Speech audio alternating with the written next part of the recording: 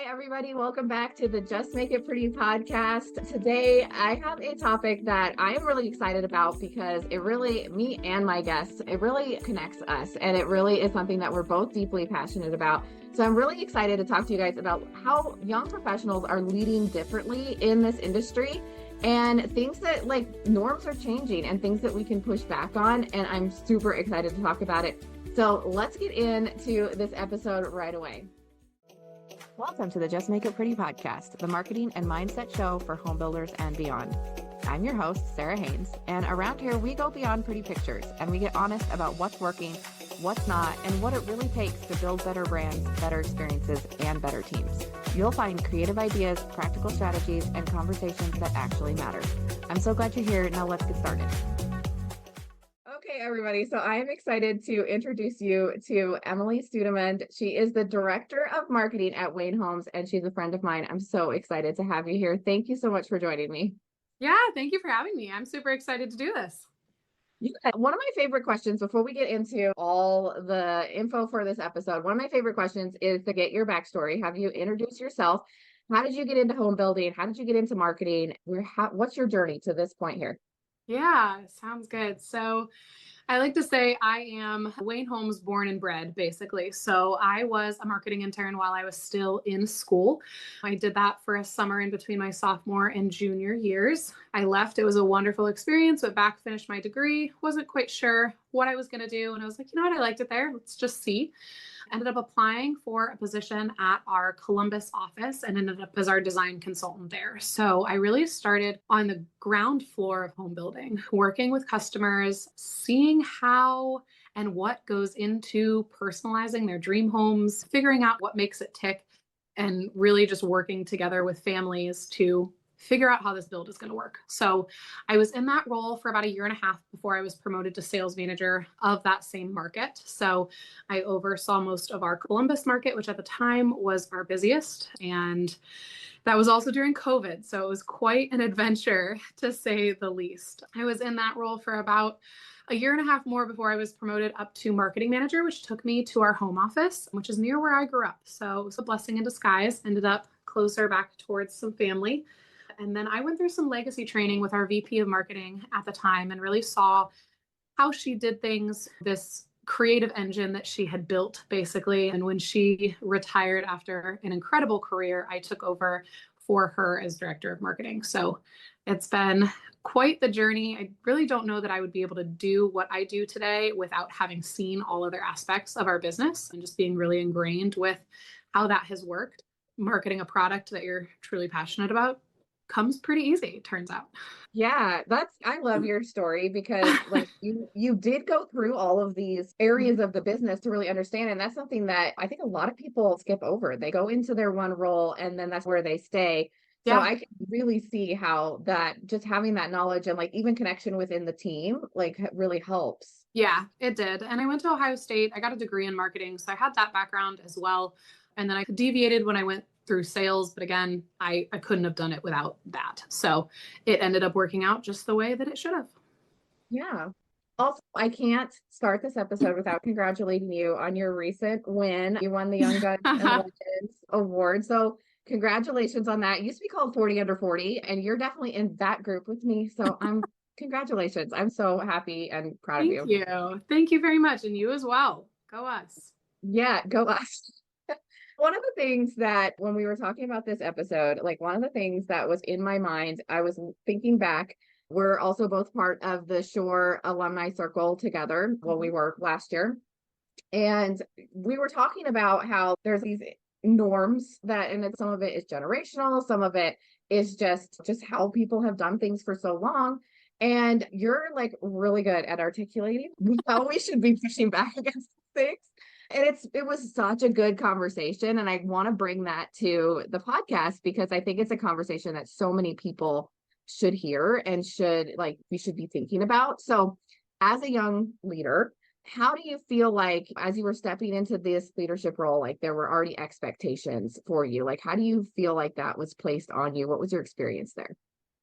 Yeah, so obviously I came into a very established company. I took my first leadership role within the company at 23. I really had to figure out and quickly, what kind of leader I wanted to be, how I wanted to show up for my people, and then the path before me that others had paved as well. Because I did have a lot of good things laid out as to you don't have to recreate the wheel. It doesn't have to be hard. Here's how you go about caring for people first and foremost, but also making sure you're taking care of the business and doing what needs to be done. Yeah, the path kind of split both ways, honestly. There is room for me to make it my own, but also a good layout of how to make it successful. Yeah, it's really a testament to your company, like having that structure for you, but also Mhm. giving you a little bit of autonomy to be able to like figure out your place. Yeah. I love that. I really respect companies who build that into their culture.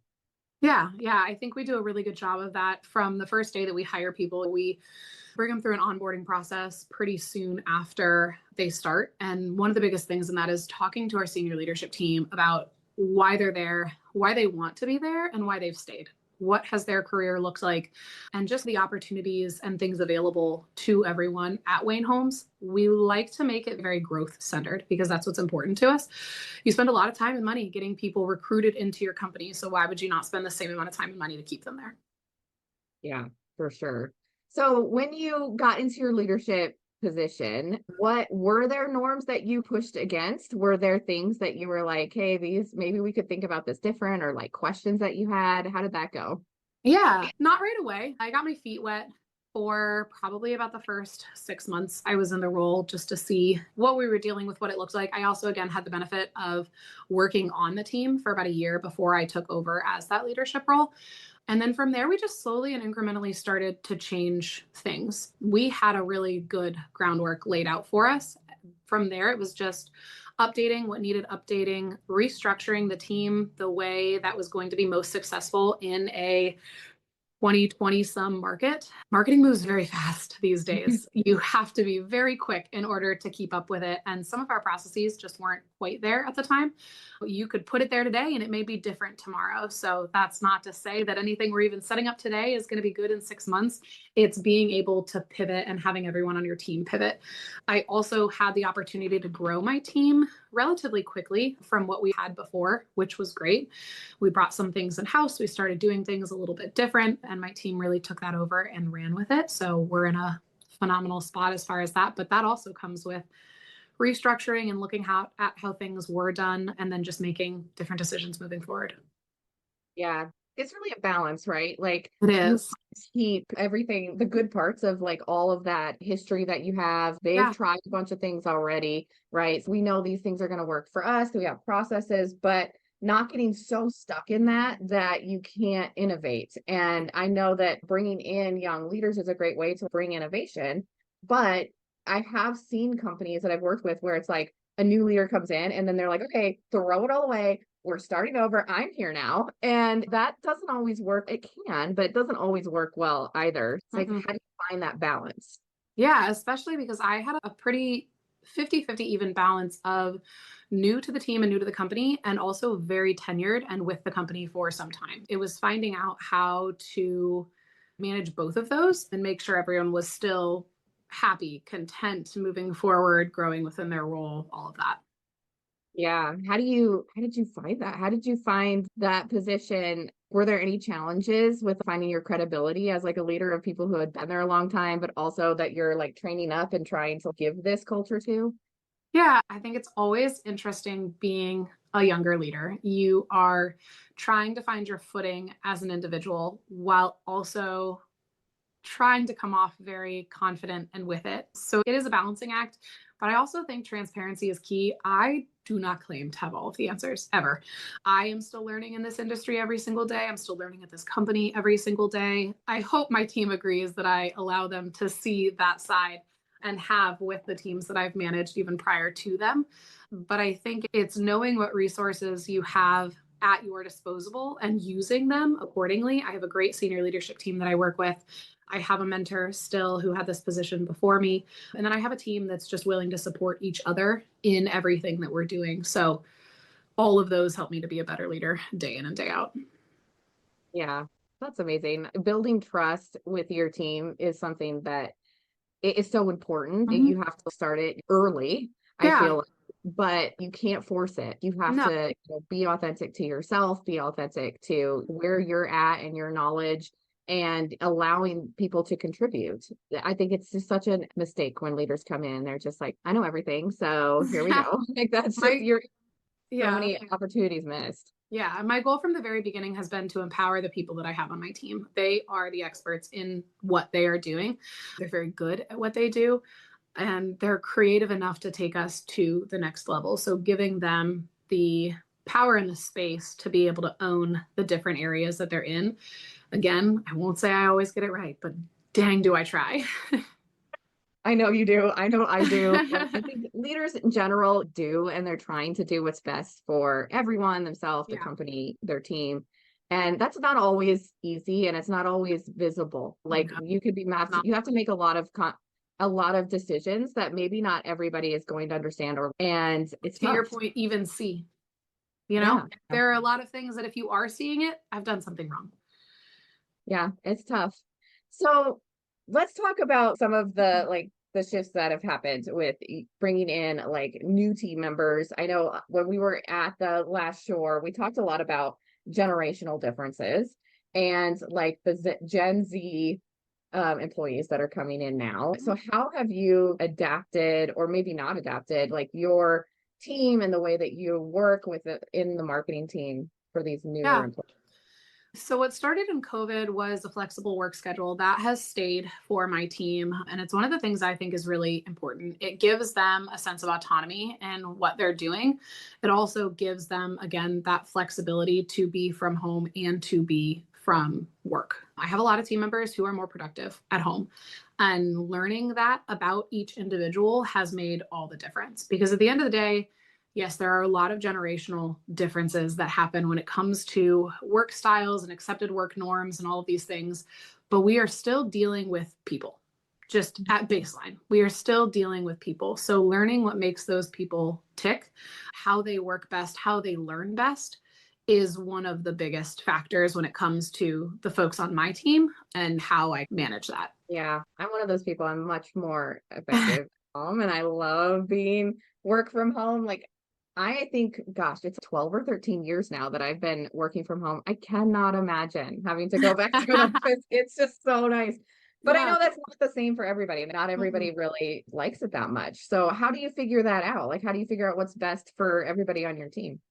So my team goes through a period when they first start, they're fully in the office with me because I am the same way.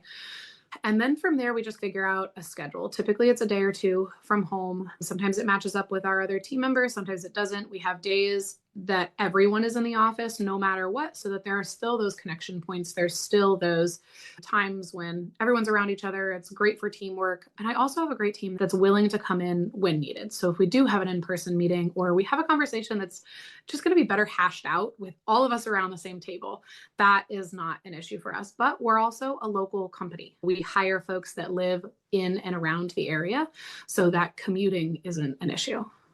Those conversations, I think, start early with even in the interviewing process of how do you work best?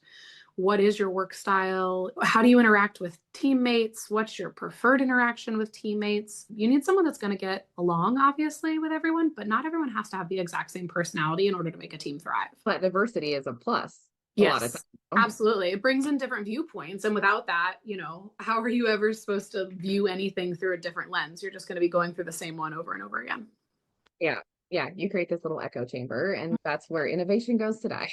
Yes, so true. So this kind of culture, was this pre-existing you coming in, or did you have to advocate for the like, I think, that these people are going to work from better from home, or like allowing this to happen? Like, how did that work for you?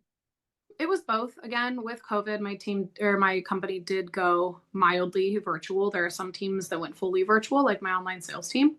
And then there are others where it really comes down to the team itself. So I have advocated for this is what works for my team. Different things work for different teams. Their managers are the ones that are in charge of those schedules. I'll continue to advocate for the structure like this for my team for as long as I have to. Yeah. Was that easy? Was that difficult? Did you have challenges with it? Like, how did that work? I think work from home is always a tricky topic, especially when it comes to very established companies. The assumption is that if you can't see someone, they're not doing what they need to do. And sometimes that's the case, unfortunately. Some people don't work the best from home. Some people do take advantage of that. And that's where I think knowing the individual comes in huge, because if they can't, then they shouldn't. But if that's not the case, like it isn't for my team, it's a detriment to not allow them that flexibility in their schedule. Yeah.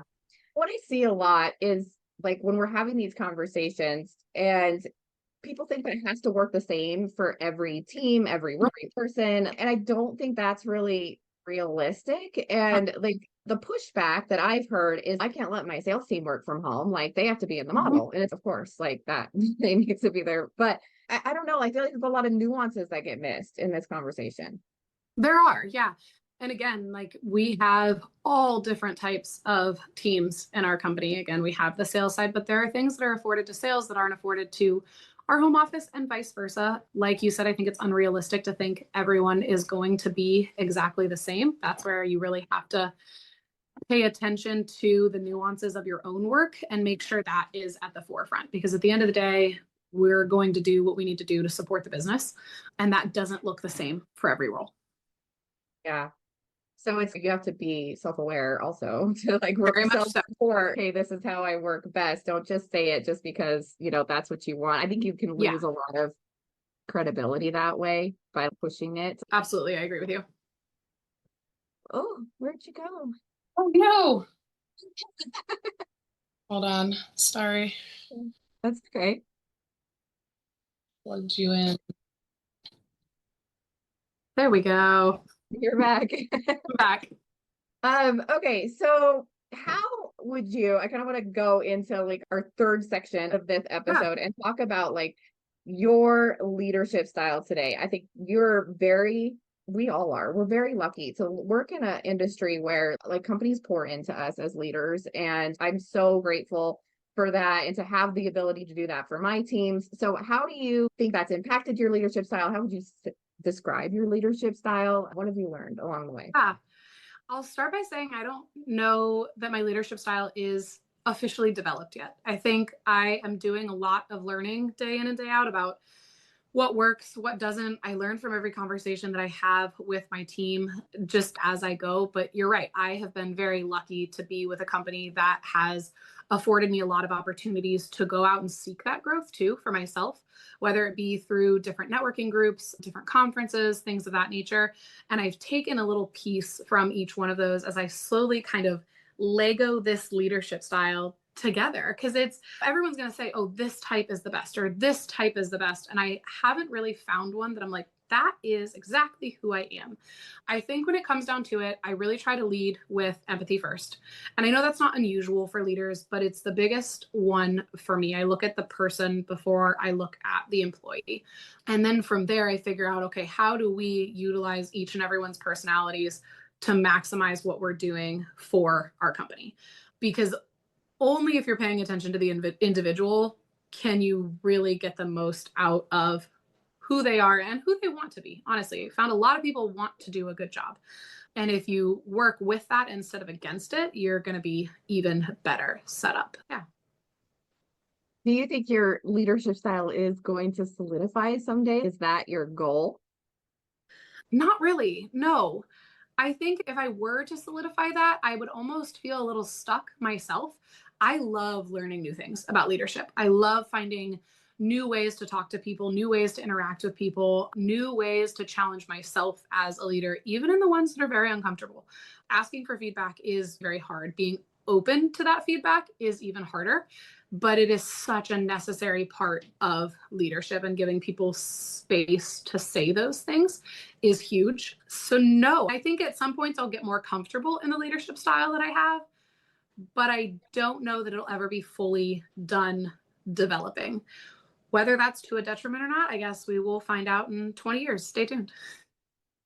I don't think that's a detriment. I think you're already like a very confident person. I think I really admire like you as a young leader and like the way that you like so just like you just answered that question so honestly. And I really appreciate that. And I think a lot of people they get in their heads about it. They're like, I need to know like more, or I need to be a certain way, or they put all these expectations on like how we're supposed to be. It's really difficult to I don't know, to just be authentically you Yeah. sometimes and to allow your leadership to evolve with you and with your team.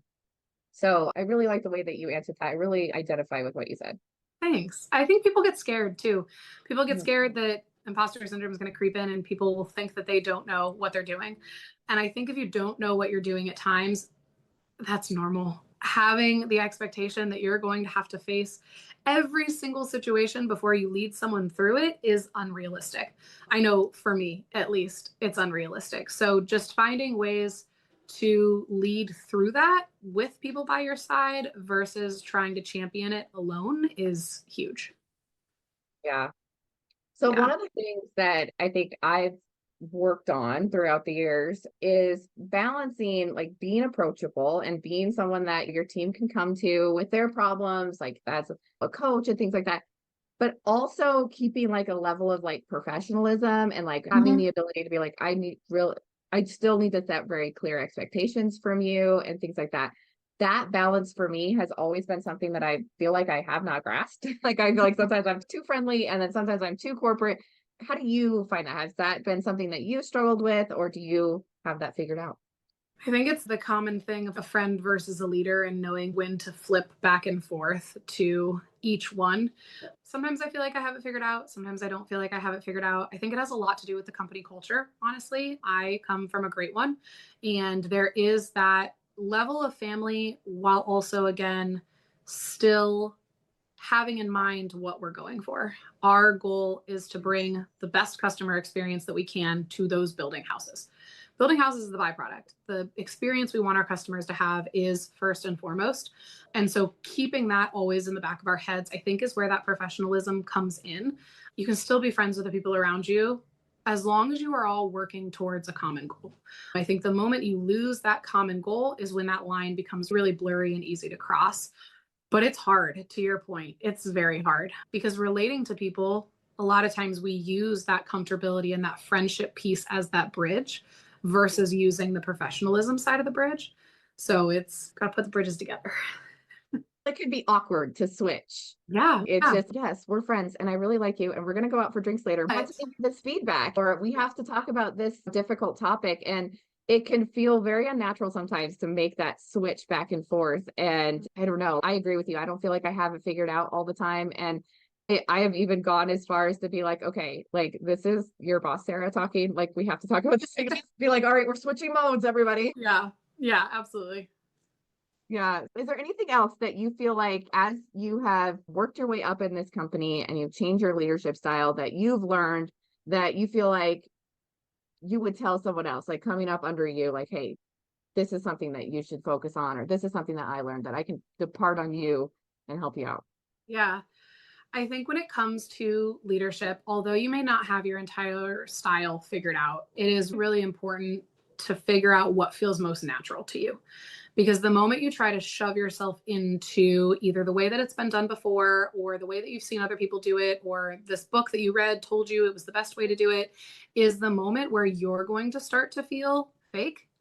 And the more that you feel that, the harder it's going to get. And you're going to truly start to believe that. And then the imposter syndrome creeps in. And then it just gets that much harder because you're acting on a stance that isn't really who you are. So even if it takes a while, even if you have to learn the ropes, going step by step in the leadership process and just building up who you are as a leader block by block is huge. I'm pretty unserious as a leader, I would say. Do tend to be a little bit more informal than formal, but that style works for me. That style works for who I am at my core, and then I can still find that urgency when I need to. For the longest time, we had a running joke in my company that I really needed to slow down. I just did. I did everything very quickly. Sometimes it really worked out, sometimes it was to a detriment. But finding that within your leadership style too is huge. And being able to take that feedback sooner in your leadership career rather than later is going to make all the difference. Yeah. No, I can attest to that. I've heard that same joke made to me, and I did not listen. Yep. I was like, you guys are just slow, so maybe you speed up. And You speed up. We'll be all good. Yeah, I didn't necessarily take that the first couple times that people gave it to me, but it is It true. took me a while. It is on my whiteboard. It stares me in the face every single day. So every day. Yeah. Okay, so what about you? You've already shared like you have had great leaders yourself, and I love that for you. I think that's such a blessing when we have that. But talking to leading up, what would you tell people that are trying to lead new leaders right now? They say, I've heard this saying a lot before, where it's like you're not a true leader until you create a leader. So what would you tell people that are in that process right now? Start from the ground up. Don't dive in at the top. Really make sure you know who you're building up. That's going to be the biggest piece because just like you had to figure it out, they're going to have to figure it out. You can give them all the tools and tips and tricks and things that you want. But at the end of the day, it's on that person to truly develop that leadership sense. Some people have it and some people don't. Some people can learn it really well. So it just depends on the individual. But I would say give yourself grace. Take it slow. It's not going to be an overnight thing. And if it is, please call me because I would love to know how you did it. Would love to. Please pass that tip along. But just give yourself some grace as someone maybe did for you or maybe didn't do for you. Sometimes we're looking to do what was the opposite of what was done. And sometimes we're looking to repeat. And knowing that is going to make a huge difference too. Yeah, it's so hard because at least for me, one of the things that I really want is I want everyone under me to not have to make the same mistakes that I made. And so I'm Yeah. like, I want to give you everything that I know so that, you've got this leg up. But sometimes that comes across as don't make any mistakes ever, which is not the intention. And Yeah. so allowing people to make mistakes and to be like, yeah, it's not the end of the world. Here's how we're going Mhm. to work through this, whether I made the mistake or not. It's just a good reminder sometimes to be like, yeah, we're not all perfect and things are going to Mhm. go wrong, and that's okay. And I think that culture of nurturing too is huge within teams. Very few things are ever a true emergency. They pop up every once in a while, but treating mistakes with grace and understanding versus anger is going to buy you more trust points as a leader than anything else. Yes. Yeah. I always say, I'm like, it's just marketing. It's just Yeah. marketing, Die. but it's all Yeah, good. I know. Marketing is very important, and we always have so many deadlines and so many expectations, but like Project just based. keeping in your mind, like it's okay. We Mhm. are saving PDFs, not lives. I love that saying. But yeah. Okay, awesome. I love this conversation. I love you as a person. I love you as a leader. Aw, And I'm so glad that you came on the podcast today. Thank you for donating your time to me and to all of our listeners. I hope people found this interesting no matter where you are in your leadership journey and in your company. I think that these things apply across the board. So I love that. Thank you for sharing. of course. Thank you for having me. This was so much fun. Yeah, I'll hit you up again, I'm sure, to come Perfect. on again. But thank you for being here. Everybody listening, please go and follow Emily. Emily, where should they do that? If they want to connect with you or follow you, where would they go? Let's do LinkedIn. That is the one I need to re-engage with. So my name's the same on there, Emily Studenmund. I'd be happy to connect with you and just talk about our industry. Honestly, it's a special one. So it's a fun topic of conversation. Yeah, for sure. Yes, get over there to LinkedIn, follow Emily. I'll put her link in the description box. And please follow the podcast as well. It really means a lot to me. It means a lot to our guests. Every time we get comments on an episode or a clip, wherever you're watching this, it's just so cool. I don't know. Like I've had so much fun with this podcast because of all the conversations that it started. So please Yeah. give that gift to both of us. Comment, like, share. It means a lot. And thank you for being here. I hope that we see you in our next episode. And thank you, Emily, again. And we will let you guys go. Have a great rest of your day. Bye, everybody. Bye.